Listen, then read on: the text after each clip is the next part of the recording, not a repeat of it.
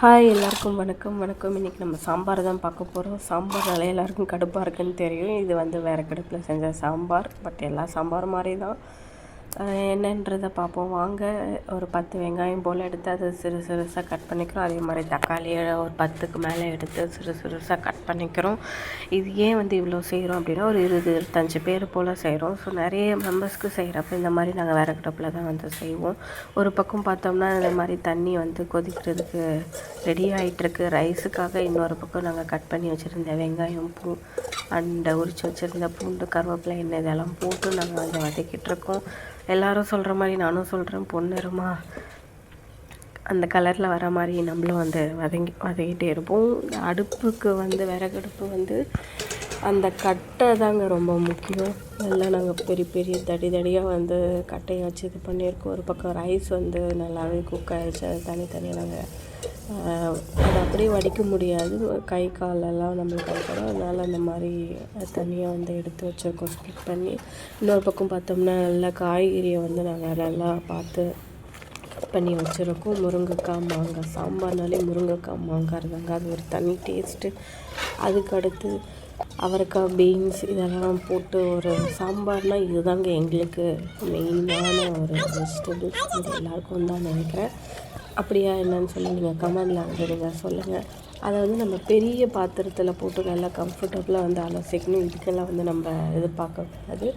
அதனால் ஏன்னா நிறைய புழு பூச்செல்லாம் இருக்கும். சப்போஸ் இதுலேயும் நம்ம பார்க்குறப்பையும் மிஸ் பண்ணியிருந்தோன்னா, கட் பண்ணுறப்பையும் மிஸ் பண்ணியிருந்தோன்னா இதில் ஏதாவது அதில் கீழே செட்டில் ஆகிரும், அந்த தண்ணியில் இருந்துடும்.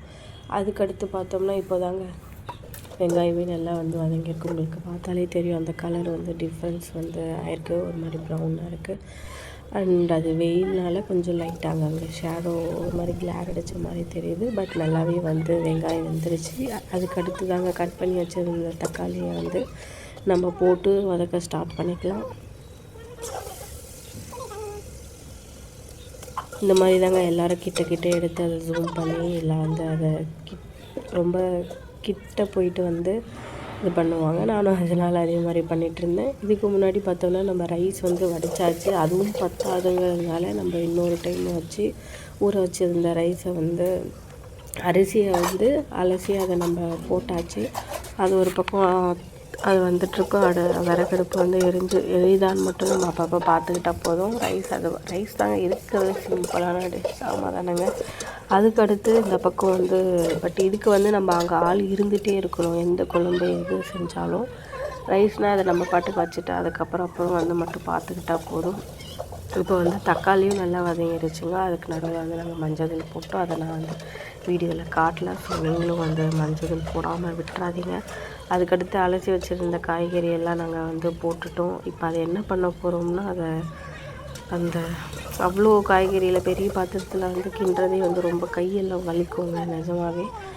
நான் வந்து இந்த மாதிரி கஷ்டமாக வந்து பண்ணிக்கிட்டு இருப்பாங்க. அந்த டைம்லேயே இதை வீடியோ எடுக்கிறேன், அதை எடுக்கிறேன்ட்டு சொல்லி எடுத்துகிட்ருப்பேன். எல்லாேருக்கும் ரொம்ப டென்ஷன் ஆகும் என் வீட்டில் இருக்கிறவங்களுக்கு.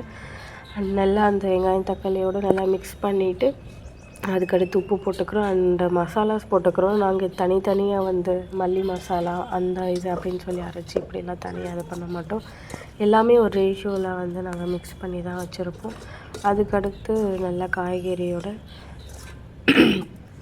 வெங்காயம், தக்காளி, காய்கறி, உப்பு, மசாலா எல்லாமே வந்து நம்மளுக்கு வந்து ஜெல் ஆகிற மாதிரி ஃபுல்லாக போட்டு ஸ்பிட் பண்ணிக்கிறோம். அதுக்கடுத்து பருப்பு வந்து இங்கே ஸ்பேஸே இல்லைங்க விறகடுப்பில். அதனால் பருப்பு வந்து நாங்கள் குக்கர்லேயே வேக வச்சுட்டோம் கேஸில்.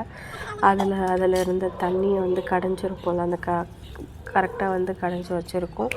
அதில் இருக்கிற தண்ணியெல்லாம் வந்து இப்போ சாம்பாருக்கு வெறுமனே தண்ணி ஊற்றாமல் இந்த பருப்பு தண்ணியை நாங்கள் யூஸ் பண்ணிப்போம். அதுதான் வந்து ஹெல்த் அண்ட் டேஸ்டியும் கூட. அண்ட் இன்னொரு பக்கம் செகண்ட் டைம் வச்ச அரிசியும் வந்து நல்லா வதங்கிடுச்சுங்க.